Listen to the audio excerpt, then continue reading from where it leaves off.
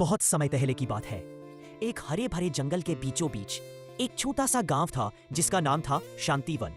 इस गांव में एक नटखट और जिज्ञासु लड़का रहता था जिसका नाम था अमर। अमर को जंगल में घूमना, पक्षियों की आवाजें सुनना और झरनों को निहारना बहुत पसंद था।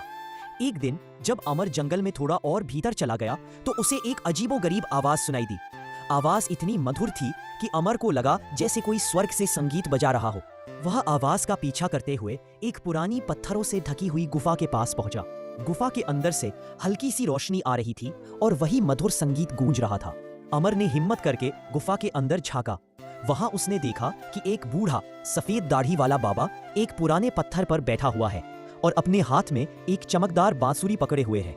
बाबा आंखें बंद करके बांसुरी बजा रहे थे और उनके चारों ओर छोटे छोटे जुगनू नाच रहे थे। जैसे ही बाबा ने अपनी आंखें खोली, अमर थोड़ा घबरा गया, लेकिन बाबा ने मुस्कुराते हुए कहा, आओ बच्चे, मुझे पता था तुम आओगे। अमर हैरान था। बाबा ने बताया कि वह इस जंगल के संरक्षक है और सदियों से इस जादुई बांसुरी की रक्षा कर रहे हैं। यह कोई साधारण बांसुरी नहीं है अमर, बाबा ने कहा। यह इच्छा पूर्ति बांसुरी है, लेकिन इसकी एक शर्त है। यह केवल तभी काम करती है जब बजाने वाले का इरादा शुद्ध हो और उसकी इच्छा किसी के भले के लिए हो। बाबा ने अमर को बांसुरी दी और कहा, इसकी शक्ति का उपयोग समझदारी से करना। अमर बांसुरी लेकर गांव लौटा। उसने पहले तो इसे आजमाने के बारे में सोचा, लेकिन बाबा की बात याद आ गई। गांव में सूखा पड़ा हुआ था, खेत सूख रहे थे और जानवर प्यासे थे। अमर ने तय किया कि वह बांसुरी का इस्तेमाल गांव वालों की मदद के लिए करेगा। उसने गांव के सबसे ऊंचे टीले पर चढ़कर अपनी आंखें बंद की और पूरी श्रद्धा से बांसुरी बजाना शुरू किया। उसकी धुन इतनी मीठी थी कि पूरे गांव में फैल गई।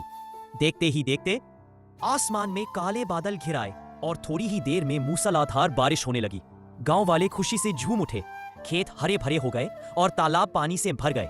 गांव वालों ने अमर का बहुत धन्यवाद किया।